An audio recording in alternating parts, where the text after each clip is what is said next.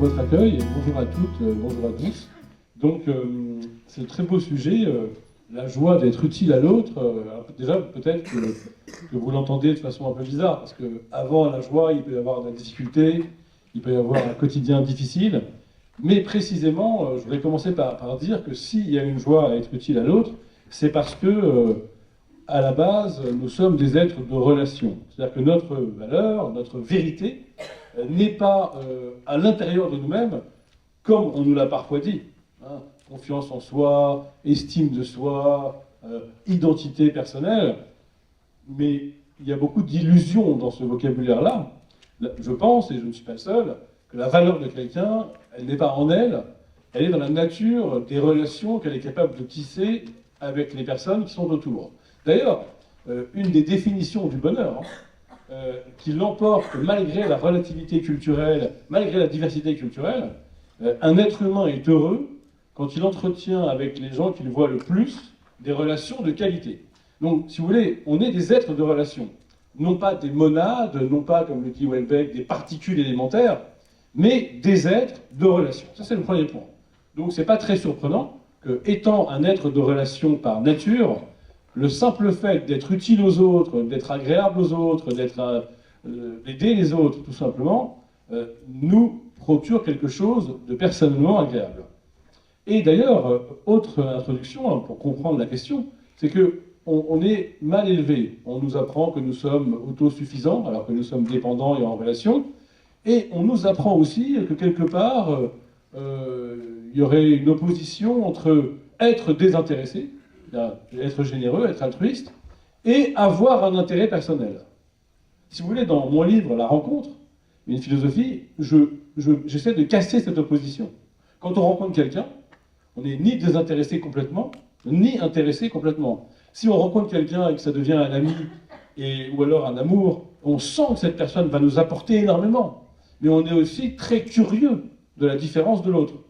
Donc on est en même temps intéressé pour soi et intéressé par l'autre. Et il n'y a pas de honte à dire qu'on va retirer quelque chose de personnel à bien se comporter. Il n'y a pas de honte à avoir un intérêt personnel, à être généreux et à être altruiste. Parce que si on ne commence pas par poser ça, on va réserver les comportements altruistes ou désintéressés aux personnes qui n'en retireraient aucun intérêt.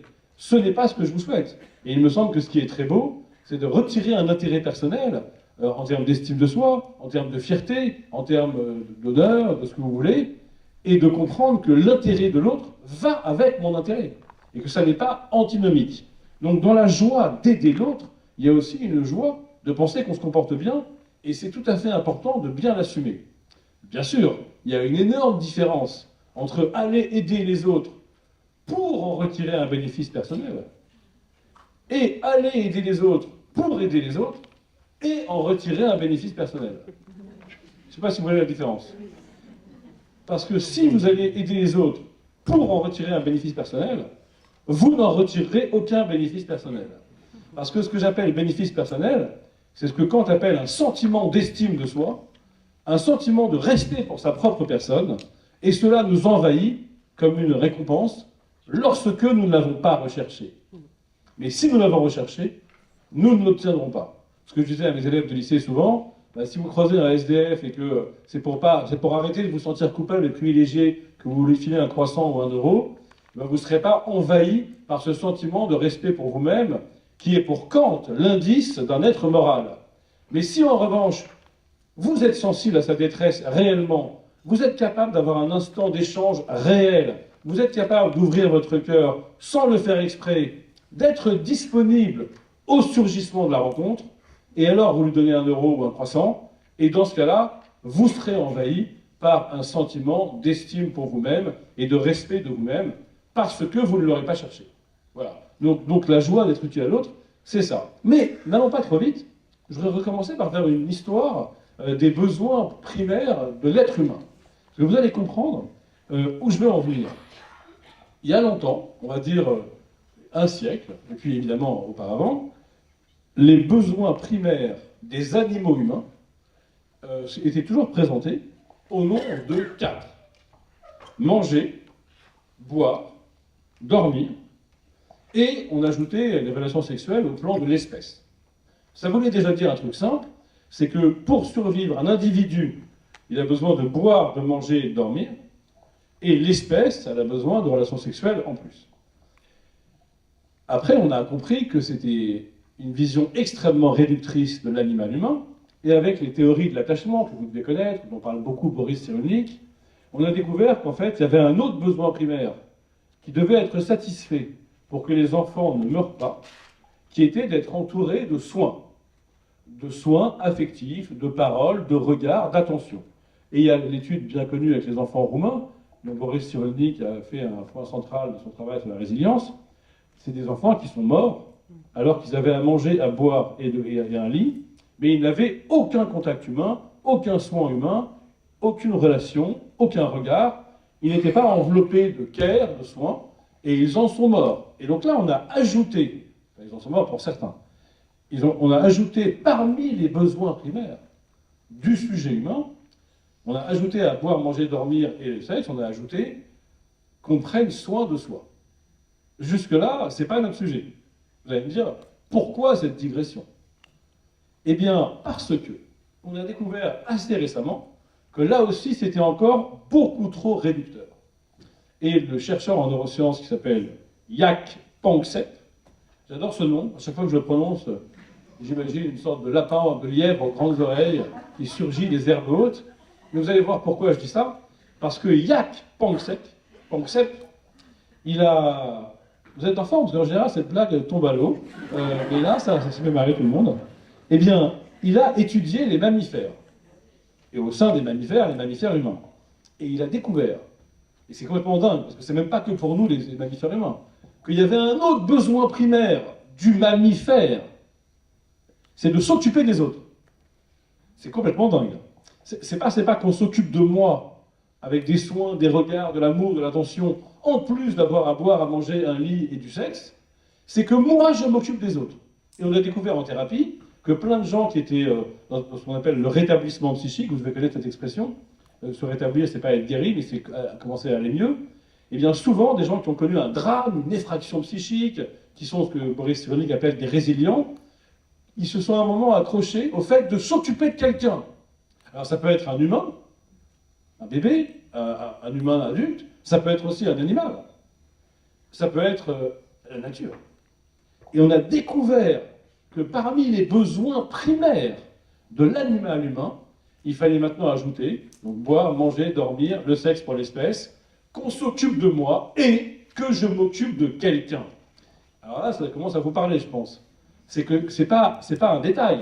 C'est pas en plus que c'est important, ça va nous faire du bien, qu'on va avoir de l'estime de soi. C'est que c'est décisif dans le bonheur et dans l'équilibre psychique d'un sujet humain. C'est décisif que je prenne soin de quelqu'un d'autre que moi, que je vive cette expérience du décentrement. Et ça fait tellement de bien, parce que la vérité, c'est qu'on est complètement auto-centré. Les études le montrent, hein. Les études en psychologie montrent, c'est des études très, très chiffrées, qui mesurent le nombre de pensées qu'on a par jour, et on essaye de voir ce qu'elles ont pour objet. Et donc, sur les personnes qui n'ont pas d'enfants biologiques, le pourcentage de pensées totalement auto-centrées est de 90% par jour. Ça veut dire que les gens, ils pensent... Je parle de ceux qui n'ont pas d'enfants à eux. On va voir après pourquoi cette nuance. Et alors, n'allez pas croire que ceux qui ont des enfants, en fait, ça tombe à 88%. Vous voyez, c'est pas une différence énorme. Mais c'est sûr qu'avoir des enfants, ça apprend un peu à se décentrer. Mais l'enjeu, c'est qu'il faudrait que quand on ait des enfants, on apprenne à se décentrer bien au-delà de ses propres enfants. Or, malheureusement, souvent, ce n'est pas le cas. Des parents se décentrent, ils s'oublient un petit peu, et ils pensent qu'à leurs enfants. Alors que le principe de l'humanité, ça devrait être d'ouvrir le cœur et le décentrement pour qu'il aille au-delà de mes propres enfants. Bref, je reviens à l'étude. L'étude montre que les gens, grosso modo, mais vous, moi, la plupart de leurs pensées sont occupées à soi, son confort, sa nourriture, son bonheur, son pouvoir, son compte en banque, ses impôts, tout ça. Et ça rend malheureux. Ça fait de la rumination. Ça crée du ressassement. Non seulement c'est un peu triste moralement, mais en plus ça ne rend pas heureux.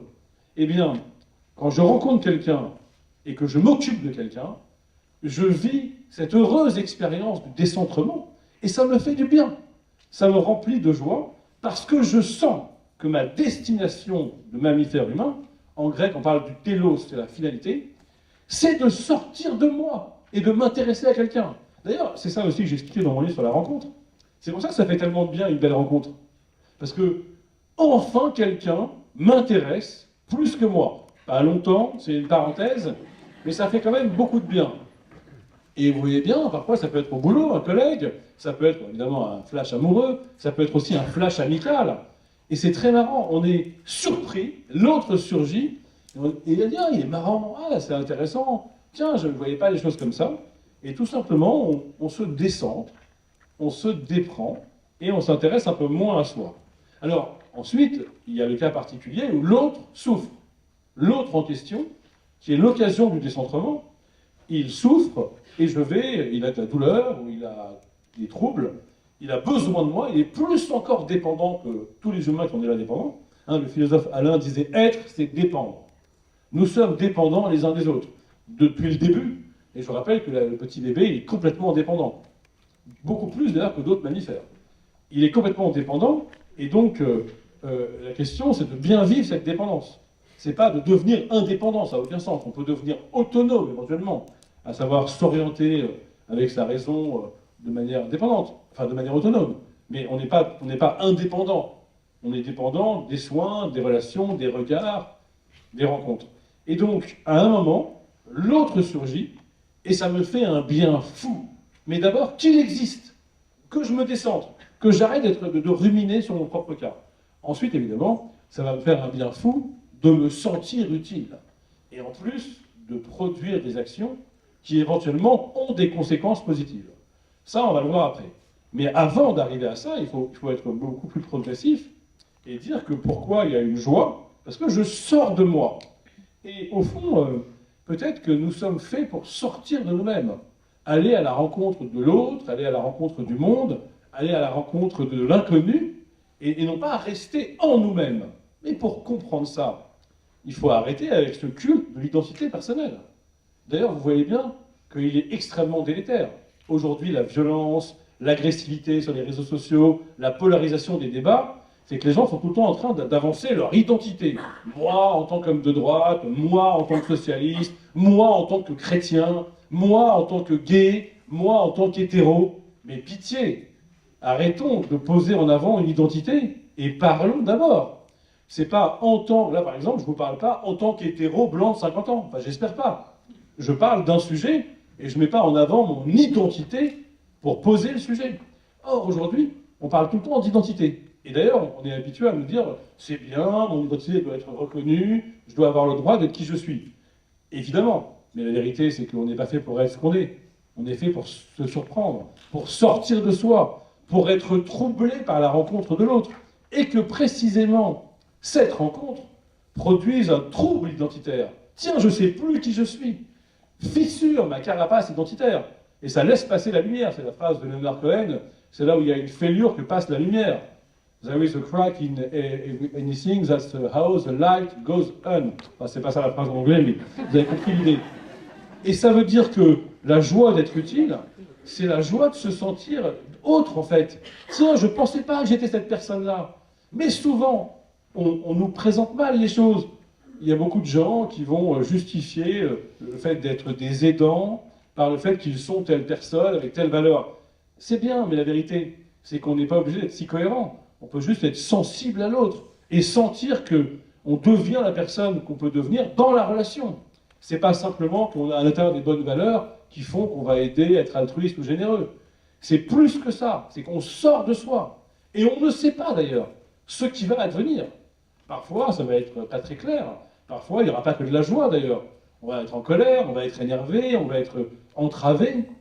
Et donc, ce qui est très important, c'est de comprendre que nous, les humains, et c'est ce que veut dire le chercheur en neurosciences Jaak Panksepp, quand il dit que c'est central d'aider les autres pour aller bien, de s'occuper des autres pour aller bien, c'est comme si notre vérité était hors de nous-mêmes, pas en nous-mêmes. Or, l'idéologie de l'identité nous dit que notre vérité est en nous-mêmes. Eh bien, moi, je pense, dans un geste plutôt sartrien, que nous sortons de nous-mêmes, nous existons par la manière dont nous sortons de nous-mêmes, et il se trouve qu'une belle manière de sortir de soi-même, c'est d'aider les autres, et d'être utile, j'adore cette expression, d'être utile aux autres. Alors le mot utile, parfois, il est un peu vu négativement, c'est un peu utilitaire, c'est trop concret, mais il y a une chanson de Julien Clerc que j'adore qui dit « Je veux être utile à vivre et à rêver ». C'est une phrase bizarre, un peu bizarre, il y a quelque chose de paradoxal, et peut-être que ça peut bien définir ce que vous faites. Utile à vivre et à rêver, c'est-à-dire réconcilier une logique d'utilité concrète avec une logique plus mystérieuse, une logique de rêve. Et quelque part, nous nous inventons dans la grâce de ces relations.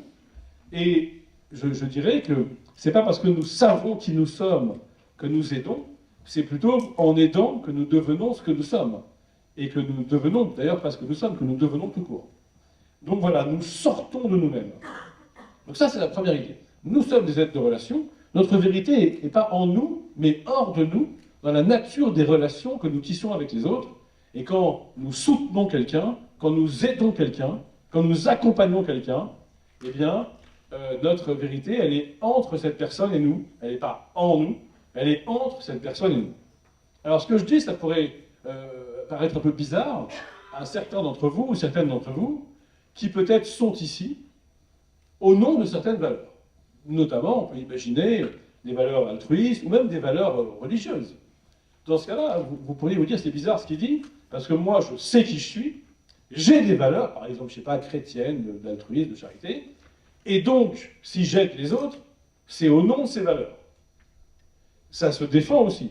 Mais dans ce cas-là, la joie, je dirais, c'est pas tellement de faire ce que nos valeurs nous dictent, parce que c'est trop vague, c'est d'être dans le concret et de donner une traduction concrète à des valeurs abstraites. Dans ce cas-là, j'entends bien, et je suis bien d'accord. Mais c'est très différent de se centrer sur le caractère concret de la relation. Qu'est-ce que je fais concrètement pour l'autre? Parce que parfois, c'est hyper concret et c'est hyper simple. Parfois, vous êtes bien placé pour le savoir, il suffit de prendre un peu de temps, tout simplement. D'arracher le temps qui est le temps de soi, de son intérêt personnel, et de donner du temps à quelqu'un. Souvent, aider, c'est donner du temps. Mais dans ce cas-là, on n'est pas dans un grand discours abstrait, et les valeurs, elles sont très loin. Les valeurs, vous savez, c'est dans le ciel, hein, c'est des abstractions. Par contre, ce qui compte, c'est comment je les traduis dans des actions. Comment je les incarne, on pourrait dire. Mais bon, j'aime pas trop le mot incarner, parce que si vous l'entendez, le mot incarner, ça veut dire que dans la peau, incarnation, dans les gestes concrets, mes valeurs sont totalement présentes. Un peu comme Jésus incarne son Père, si vous voulez. Donc nous ne sommes pas Jésus, désolé, hein, vous non plus. Donc je ne dirais pas que vous allez incarner en étant généreux, en étant aidant des valeurs, mais qu'en revanche, vous allez essayer de les faire vivre concrètement, c'est-à-dire toujours imparfaitement. Là où l'incarnation renverrait quelque chose de parfait. Voilà. Si Jésus est le Fils de Dieu, il incarne son Père. Là, il n'y a pas de doute. Mais nous, on est dans l'imperfection. Et j'adore cette idée, que je crois que dans la joie d'être utile, il y a plein de doutes. On ne sait pas, parfois, vous savez, bien mieux que moi, je pense, jusqu'où aider quelqu'un. Parfois, on l'aide trop, et on l'empêche de devenir autonome. Parfois, on l'aide trop et il se sent assisté. Parfois, on l'aide trop et c'est humiliant. Et donc, c'est une question de tact, c'est une question de délicatesse. Et les grandes valeurs ne nous guident pas suffisamment par rapport à ce tâtonnement concret et quotidien. C'est très compliqué, en fait, d'aider quelqu'un, d'aider quelqu'un bien. Et ça, c'est un enjeu éthique pur. Et plus que moral, vous voyez, la morale, c'est les grandes idées. Et bien, ce qui est beau dans la joie d'être utile à autrui, c'est ce tâtonnement dans l'imperfection. Est-ce que je dis ça? Est-ce que je ne le dis pas? Est-ce que je le dis maintenant? Est-ce que c'est le moment? Est-ce que l'autre est prêt? Est-ce que je ne vais pas l'écraser par mon aide? Est-ce que je vais vraiment l'aider? Ça, c'est une vraie question. Est-ce que mon aide t'aide vraiment? C'est une vraie question à se poser, il me semble. Ce n'est pas toujours le cas. On peut prendre un exemple qui est moins dans votre champ, mais si quelqu'un vous demande de l'argent, par exemple, et qu'en tant qu'ami, vous pouvez lui prêter un peu d'argent, ça va l'aider ou pas? Ben, c'est pas sûr. Si vous lui donnez de l'argent par-dessus la jambe, parce que vous en avez un peu, et que ça vous coûte rien, et que vous ne prenez même pas le temps de savoir quel est son vrai besoin, il peut se sentir un peu humilié par ce côté cavalier. Si ça se trouve, ça va l'empêcher de gagner sa vie et de se développer. Et ça se trouve, ça va nourrir une logique où il va demander à d'autres personnes et être dans une cavalerie. Donc en fait, la vraie question de l'aide, c'est de quelle aide as-tu besoin? Et est-ce qu'on peut en parler? Et finalement, là, c'est vraiment une question d'adaptation à l'instant, à la contingence, à la circonstance, exactement ce qu'on appelle le souci éthique, c'est-à-dire l'adaptation à la circonstance, et non pas le grand point de vue moral qui dirait que aider, c'est toujours bien, et que être égoïste, c'est toujours mal. En fait, je crois que vous le savez mieux que moi, c'est plus compliqué que ça. Et la question est et donc cette joie de vouloir être utile, c'est une joie pleine de doutes. C'est une joie paradoxale. Et bien sûr, c'est aussi une joie entravée par la difficulté, par le fait qu'on a parfois des mauvais résultats, que ce n'est pas une science exacte. Et en ce sens, je suis très heureux d'en parler, parce que ce genre de joie paradoxale, traversée par le doute, toujours un peu entravée, contrariée, on n'est pas en train d'exulter, hein. Eh bien, cette joie-là, c'est la vraie joie. La vraie joie, chez les humains, c'est une joie paradoxale et contrariée.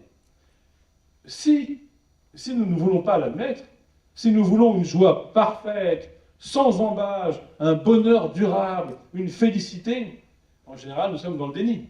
Nous sommes dans l'évitement. Regardez aujourd'hui l'actualité, comment être heureux dans ce monde.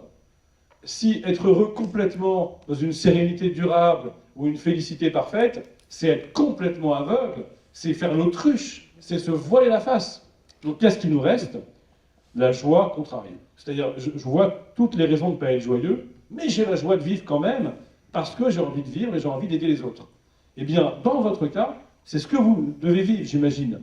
Une joie toujours entravée. Il y a toujours une ombre au tableau. Il y a toujours quelque chose qui ne va pas. D'ailleurs, peut-être que pendant que vous aidez quelqu'un et que ça progresse, de l'autre côté, ça régresse.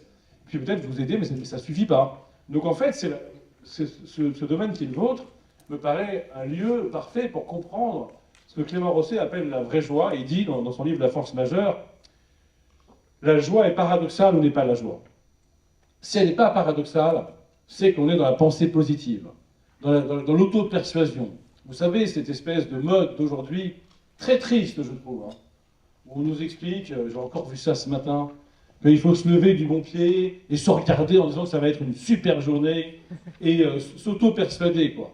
Il y avait même un coach en bien-être, je ne voudrais agresser personne si vous aimez ce genre de méthode, mais parlons-en, qui disait qu'il fallait dès le début de la journée, avant même de se brosser les dents, mordre un stylo comme ça. Ça dessine un sourire qui indique un cerveau un signal de bonheur, pour tromper son propre cerveau. Ça, c'est ça la psychologie positive, c'est se tromper soi-même. Moi, je pense que la vraie joie, elle est lucide sur tout ce qui ne va pas. Si je me lève du mauvais pied, je ne vais pas me persuader que tout va bien. Si je me lève angoissé, lourd, anxieux, eh ben, la seule chose à faire, c'est de l'admettre et de le reconnaître et de ne pas se forcer à aller mieux et d'être en relation avec la vie, avec la difficulté. Et c'est la meilleure façon d'aller mieux, d'ailleurs. Alors que si on se persuade que tout va bien, dans une sorte d'auto-manipulation, c'est terrible, parce qu'il y aura un effet rebond, très bien examiné par les thérapies, par les psys, un effet rebond. Tout ce que je ne veux pas voir reviendra. Et bien la joie d'être utile, elle est comme ça. C'est la vraie joie. Je ne suis pas en train de me mentir à moi-même. Et d'ailleurs, vous voyez bien que la meilleure façon d'aider quelqu'un, c'est de ne pas lui dire tout va très bien se passer, tout va bien, tu vas t'en sortir parfaitement. Ça fait mal aux gens qui souffrent. C'est la base. Mais c'est la base. Vous le savez, c'est votre quotidien. Mais il y a plein de gens qui ne le savent pas, qui pensent que la meilleure façon de soutenir quelqu'un qui souffre, c'est d'être hyper positif et d'arriver avec une bonne énergie et de dire tout va bien se passer. Ben non, tout se passe pas bien. Ça, c'est le moins qu'on puisse dire. Donc il vaut mieux dire à quelqu'un qui souffre, oui, c'est dur, je suis avec toi, et la joie va venir de la relation, de la vérité, de l'authenticité, de la patience aussi, du fait qu'on n'est pas en train de se précipiter pour vouloir accélérer la mécanique du bonheur retrouvé. Donc, un consentement à la réalité du lien, et ce qui va aider l'autre, c'est ça. Ce qui veut dire aussi que parfois, d'ailleurs, si on va mieux que la personne qu'on aide, qui souffre, parfois il faut calmer sa joie. Il ne faut pas la montrer trop, parce que ça peut être agressif, de ne pas sentir l'affect de l'autre, de ne pas sentir ce dont l'autre a besoin dans la relation. Et bien voilà, vous m'avez proposé de réfléchir à ça. Dans la joie d'être utile à l'autre, il y a cette idée aussi, de ne pas être trop joyeux, d'être dans la relation. Et il y a des moments où l'autre va avoir besoin, ce qui va l'aider, c'est que j'ai une belle joie, une envie, une motivation positive. Et d'autres moments où ce qui va l'aider, ben, c'est que je sois là, comme le disait très bien la psychanalyste Anne Dufourmentel, qui est morte d'ailleurs héroïquement en essayant de sauver de la noyade une adolescente qu'elle a sauvée d'ailleurs, mais elle est morte, sur la plage de Ramatuelle il y a quelques années. Eh bien, Anne Dufourmentel disait, bah, parfois il y a des gens, moi qui était psychanalyste, la seule chose que je peux faire pour les aider, c'est dire je souffre avec toi. Et rien de plus. Je suis avec toi. Et j'ai pas de solution. Et bien parfois, c'est plus aidant de dire ça que de jouer à la mécanique de la solution et d'être trop dans un esprit positif. Et bien c'est la vraie joie. Cette joie-là, imparfaite, incomplète, toujours entravée, toujours contrariée, c'est la vraie joie. C'est-à-dire une joie qui insiste dans l'adversité, mais pas dans le déni de l'adversité. Une joie lucide sur toutes les raisons de n'être pas joyeux, mais une joie quand même. Alors, Clément Rosset, il a une métaphore un peu bizarre dans son livre La force majeure, que je vous recommande, et il prend l'exemple d'un ver de terre qui continue à se développer une fois qu'on l'a coupé. Et donc j'ai vécu une scène assez marrante avec lui. On faisait une conférence, on était trois, il y avait aussi Alexandre Lacroix, et puis nous on interviewait Clément Rosset, mais il était très ivre, et très vieux et fatigué. Et donc on lui dit, alors c'est quoi, monsieur Rosset, le secret de la joie? Il y avait 300 personnes, c'était à la foire du livre de Brive, et là, comme il était ivre et puis fatigué, il dit, le secret de la joie, c'est le ver de terre. Dur à comprendre quand on n'a pas lu le livre, quand même. Mais quand on a lu le livre, on sait qu'il veut montrer que la joie insiste dans la résistance, que la vie réclame de persévérer, même quand elle est interrompue par la violence. Donc le ver de terre qui repousse quand il a été tranché. Sauf que le public, il ne connaissait pas le livre. Donc il ne comprenait pas du tout pourquoi le mec était mort de rire en disant le ver de terre. Et pourquoi nous, les deux intervieweurs, on était morts de rire. Parce que nous, on connaissait son œuvre. Mais eux, ils se sont dit qu'on se moquait du vieux philosophe. Et donc le public s'est retourné contre nous, comme si on était méprisant à l'égard d'un vieil alcoolique. Mais en vérité, on était dans un rire de communion. Parce qu'en vérité, vous voyez ce qu'il voulait dire. Et ce qu'il voulait dire, c'est bien le sujet d'aujourd'hui. C'est que la vie, elle insiste, et elle n'a pas dit son dernier mot. Et quand elle est agressée, elle réagit. Et bien la joie, ça peut être une réaction à cette agression. Et dans ce cas-là, eh ben, on peut essayer de partager ça, la joie peut se partager dans ce cas, avec quelqu'un qu'on aide, que la vie a agressé, que la vie a blessé, et on va essayer de l'aider à sentir en lui cette vie qui réagit, cette vie qui réclame, cette vie qui résiste. Et dans ce cas-là, il y a toute une dialectique subtile. Est-ce que pour le faire entendre, cette vie en lui, il faut que je calme ma joie, ou alors que je l'exprime? Et là encore, c'est une question de tact, c'est une question de relation, et c'est une question de moment. Et en fait, voilà, c'est la joie d'être ensemble, en vérité. C'est pas moi qui te donne la joie, on partage cette joie. Tout ça, ça revient aussi à parler d'exemplarité. Vous savez, on parle souvent d'exemplarité. Et ben pour revenir à ce que je disais avant, j'aime bien cette idée que ce qui compte dans l'exemplarité, c'est qu'on le montre dans les faits et que ça se passe de grands discours. Alors attention aux mots. L'exemplarité, on pourrait se dire, ça veut dire que je suis parfait. Je l'entends au sens propre, où être exemplaire, c'est juste montrer un exemple de la façon dont on peut aider. Pas l'exemple parfait, vous voyez. Pas je suis irréprochable, faites comme moi. Mais juste, j'ai pas besoin de faire des grands discours pour dire que j'aide et que je suis généreux. Ma journée, mon quotidien, donne un exemple, un seul, parmi d'autres. Pas le meilleur, pas l'exemple parfait, de ce que c'est qu'une vie dirigée vers les autres, vers le soin, vers l'écoute, vers l'accompagnement, vers l'aide. Eh bien, la joie d'être utile, c'est aussi ça. C'est une joie de faire, vous voyez, pas de raconter, pas de discourir, pas d'envelopper avec un discours sur les valeurs, mais de faire. Et il se trouve que là, on revient au début de la conférence, ce que montre bien Jack Panksepp, c'est que c'est important pour le bonheur personnel de faire des choses pour les autres. Mais ça, c'est maintenant démontré au plan scientifique, on ne le savait pas avant. C'était une idée complètement contre-intuitive. Mais du coup, l'exemplarité, ça fait tellement de bien, parce que j'ai pas besoin de me justifier. Ce que je fais parle de moi-même. Et ça fait vraiment beaucoup de bien. Finalement, on pourrait presque avoir du soupçon maintenant, si on comprend le mot exemplarité, hein, la preuve par l'exemple. Donc, se passer de mots, ne pas redoubler par les discours. On pourrait presque avoir du soupçon devant toute personne qui nous bassine trop avec ses valeurs. Vous savez, cette personne qui va vous dire, avec des yeux de fou souvent, pour moi, ce qui est important, c'est l'humain. Moi, j'ai des frissons de gêne. Ben, heureusement que c'est important l'humain. Je ne m'attendais pas à ce que tu répondes le poulpe ou la pierre, ou le... Enfin, quoi que les poulpes, c'est important, mais... Et enfin, là, c'est pas un bon exemple, parce que bon, dans les entreprises, il y a une telle déshumanisation, il y a tellement de process et tout, que ça peut se défendre de dire, on va faire attention à l'humain. Mais reconnaissez que vous, qui avez une pratique humaniste quotidienne, c'est quand même, il faut vraiment être dans un monde de merde pour qu'on ait à dire que l'humain c'est important. Vous voyez. Alors c'est vrai, on est dans ce monde-là, mais c'est quand même, si on veut bien ouvrir ses oreilles, c'est quand même dingue. D'ailleurs, ça me rappelle une autre anecdote personnelle. Un jour, on me demande une conférence, et puis la personne, elle lui dit, je ne sais pas vous dire le sujet, c'est très subversif. Bon, il faut dire que c'était la convention du MEDEF. Donc, bon, c'est un endroit particulier. Mais quand même, c'était une convention qui avait lieu à HEC. Il y avait plein de gens différents. Il y avait même des gens de gauche et des gens de gauche. C'est une convention, ils essaient de faire des débats.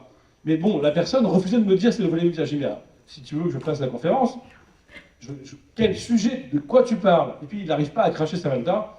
Et soudain, il me dit, oh, allez, je vais te le dire, le droit à l'émotion en entreprise. Donc c'était, pour lui, incroyable. Donc c'est vrai qu'on revient de loin. Mais ce que je veux vous montrer, c'est que quand les gens parlent trop de valeurs, c'est louche. Et la joie d'être utile, concrètement, c'est qu'on n'a pas besoin de parler de ces valeurs, l'action parle d'elle-même. Autre exemple, peut-être moins plus éclairant, c'est, je suis sûr que vous l'avez déjà vécu, parce que moi je l'ai vécu plusieurs fois, alors je suis sûr que vous aussi, c'est quelqu'un qui dit, et je l'ai encore entendu il y a 2 jours, alors moi j'aime pas du tout me mettre en avant, vraiment j'aime pas ça, c'est pas mon truc et tout, mais bon quand même, il y a bien un domaine où vraiment, là je peux dire que ça va, quoi, bon, c'est l'humilité. Oui, c'est l'humilité. Donc là, ça c'est le contraire de l'exemplarité. D'abord, c'est le contre-exemple, d'abord c'est une contradiction, mais surtout c'est qu'un mot, et en plus, dans la façon d'en parler, le mot est trahi. Eh bien, dans la joie d'être utile, il y a le fait qu'on arrête de parler, quoi. En fait, on arrête de raconter, de justifier, d'emballer, de bavarder. On est dans une situation de bavard. Hein. On a 2 grands pieds, un pied grec, le logos, voilà, l'agora, tout ça, et un pied chrétien, au commencement, judéo-chrétien, au commencement était le verbe. On est les enfants de plein de paroles. Alors c'est beau, hein. Moi j'adore parler, la parole c'est beau, mais c'est fatigant. Et il y a beaucoup de gens qui parlent pour masquer qu'ils ne font rien. Et bien là, dans la joie d'être utile aux autres, il y a la joie d'exister dans l'action. Voilà, dans le faire. Ça ne veut pas dire qu'on fait parfaitement, souvenez-vous, l'exemplarité c'est pas être parfait, c'est juste montrer un exemple parmi d'autres d'une manière de faire et d'essayer de bien faire. De toute façon, la joie, c'est pas la satisfaction. La satisfaction, c'est quand je suis sûr que j'ai bien fait et je suis satisfait. Non, la joie, c'est la joie d'essayer. C'est la joie d'essayer d'être un meilleur être humain. Voilà, c'est pas facile, on a tous des problèmes, des entraves. Parfois, on a des bonnes intentions et on obtient des mauvais résultats. Je vous rappelle que l'enfer est pavé de bonnes intentions. On retrouve le problème de tout à l'heure. C'est que parfois, je voudrais aider, j'ai la meilleure intention du monde, mais j'obtiens un résultat inverse à ce que j'ai recherché. C'est un exemple que prend Max Weber dans Le Savant et le politique. C'est un syndicaliste russe en 1917 qui est très très généreux. Il se bat pour les droits des mineurs qui sont en train de défiler dans la rue parce qu'ils ont des maladies terribles. Ils meurent de maladies pulmonaires à moins de 30 ans. Ils ont une vie d'enfer dans les mines. Et ils sont en train de manifester. Et lui, il a réussi à obtenir une entrevue avec le tsar. Et il lui explique ce que c'est que la vie. Et il a envie d'aider les mineurs. Mais il n'a pas le tact que j'ai évoqué tout à l'heure. Il n'a pas le sens du kairos, hein, l'occasion favorable en grec, le moment opportun. Il ne sent pas la relation. Il exaspère le tsar. Et le tsar déclenche la répression sanglante de tous les mineurs sous les yeux du syndicaliste. Donc, il avait les meilleures intentions du monde, et il a créé 3000 morts. Les gens qu'il voulait aider, il les a tués en n'ayant pas le sens du kairos, en n'étant pas dans la relation, en l'occurrence avec le tsar. Donc voilà, la joie d'être utile, il faut être nuancé. C'est pas non plus, il ne faut pas se contenter de l'intention. L'intention ne suffit pas. Il faut être très attentif à l'action. Et dans l'action, le tâtonnement, la rectification, la nuance, et puis peut-être, c'est pas le moment, on fera mieux demain. Et finalement, on retrouve deux choses que j'ai dit tout à l'heure. Un, c'est l'éthique. L'éthique, c'est l'hésitation, c'est l'approximation permanente, et pas la morale qui est la direction parfaite. Et puis l'exemplarité, c'est pas l'exemple parfait, mais c'est le fait de faire au mieux et de montrer simplement un exemple de ce que c'est qu'aider. Alors le résultat de tout ça, c'est que cette joie d'être utile n'est ni une satisfaction, ni un bonheur, ni le bonheur. La satisfaction, c'est la satisfaction quand j'ai atteint mon but. Alors là, on peut être sur le chemin. Et le bonheur, c'est un état d'équilibre global, de satisfaction globale. Et c'est très difficile de se dire heureux quand d'autres souffrent, ou de se dire heureux quand l'état du monde est ce qu'il est. La joie, c'est pas ça. Et c'est d'autant plus salutaire que le bonheur n'est pas possible, d'autant plus nécessaire que la satisfaction est parfois impossible. Et c'est précisément de ça dont on parle. Je crois qu'il y a toujours une joie quand je me développe et quand je développe les autres. Donc c'est plutôt un processus qu'un état, à la différence du bonheur, qui est un état durable. La joie, c'est une émotion qui est liée à ce process, à ce mouvement. Donc je suis en train de m'améliorer en t'aidant, je suis en train d'améliorer ton état ou d'essayer. Et la joie indique ce mouvement par lequel il y a de l'évolution. Alors Spinoza le dit avec ces mots, la joie est le passage d'une moindre à une plus grande perfection. Ça veut dire, quand je m'accrois, ou quand je permets l'accroissement de l'autre, ça me met en joie. Et à l'inverse, quand je me diminue, quand je crée une diminution de l'autre, ça s'appelle la tristesse. Et bien dans la joie d'être utile, il y a cette idée-là. Je sors de moi, ça me fait du bien, ça te fait du bien, et entre nous, il y a cette belle relation. D'ailleurs, ça pourrait aussi être aidant de se dire que je ne suis pas sûr toujours que ma façon d'aider soit bonne. Mais ce qui est sûr, c'est que pour maximiser les chances qu'elle soit bonne, il ne faut pas casser la relation. C'est la relation qui est de qualité entre nous qui fait que là, peut-être, j'y arrive pas maintenant, mais que j'arriverai demain à t'aider. C'est la relation qui fait que tu ne vas pas te braquer et te fermer complètement à ce que je dis ou à ce que je propose. Et donc cette joie, c'est une joie relationnelle. On pourrait presque se dire, mais on va avoir un moment de questions-réponses, je crois, peut-être intéressant, on pourrait presque se dire, c'est plus important la qualité de la relation que le résultat. Parce que le résultat, il est hypothétique, parfois il y a une bonne intention qui donne un mauvais résultat, parfois ça résiste et j'y peux rien. Et donc, si je sacrifie la qualité de la relation au résultat, je peux tout perdre. Alors que si je pense que c'est d'abord une joie relationnelle, et que parfois il y aura des bons résultats et parfois pas, peut-être je maintiens l'essentiel et je préserve la relation. Bref, conclusion de tout ça, avant d'ouvrir peut-être un moment de questions-réponses, eh bien, cette joie d'être utile à l'autre nous rappelle que probablement nous sommes faits pour sortir de nous-mêmes et trouver notre vérité dans la relation, c'est-à-dire entre nous et pas en nous. Enfin, bien sûr, j'ai oublié de dire, mais ça va de soi, qu'il est possible, on ne sait pas, hein, que tout ça n'ait pas de grand sens, que l'existence soit absurde, qu'il n'y ait pas de Dieu, qu'il n'y ait pas de valeur métaphysique. Donc, il y a une seule chose qui est sûre, c'est que vous êtes là, je suis là, et entre nous, il y a une relation qui est réelle. Donc, dans le doute, j'aurais envie de tout miser sur la relation, parce que ça, c'est sûr. Plutôt que de miser sur des hypothétiques vérités éternelles, et de même, les valeurs. Alors, les valeurs, ça peut être bien d'avoir des bonnes valeurs, mais j'aurais envie de dire, concentrons-nous sur la nature concrète de ce que nous pouvons faire les uns pour les autres, plutôt que sur les prétendues valeurs au nom desquelles nous ferions ceci ou cela. Alain disait quelque chose que j'adore, le secret de l'action, c'est de s'y mettre. Hein, c'est pas la réflexion préalable, c'est pas les valeurs au nom desquelles on agit. Et ben, je dirais pareillement, le secret de la bonne action, c'est la bonne action elle-même. C'est juste de le faire. Et quelque part, ça remplacera largement tous les discours, toutes les justifications. Et en plus, j'ajoute que ce qui compte, c'est de faire, de tisser ce lien finalement, de nourrir ce lien, d'entretenir ce lien, car quelque part, eh bien, le résultat qui peut arriver, c'est que finalement, la nature du lien est telle que finalement, c'est plus moi qui aide l'autre, c'est la relation qui devient aidante. Et dans ce cas-là, l'autre cède autant que nous l'aidons, puisque c'est la nature de la relation qui finalement produit des résultats.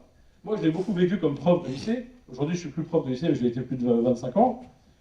En fait, j'ai souvent vécu ça. C'est pas le prof qui apporte des choses aux élèves, c'est la nature de la relation qui permet aux élèves et aux profs de grandir.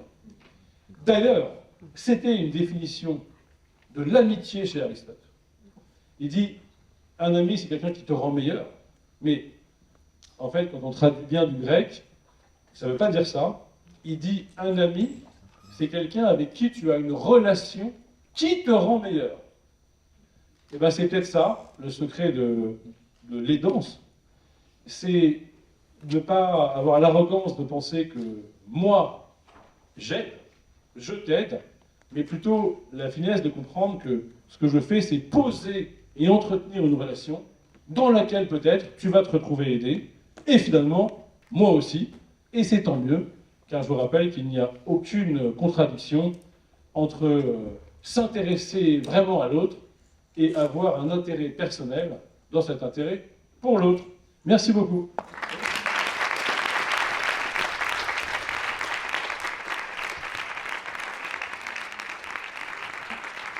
Merci.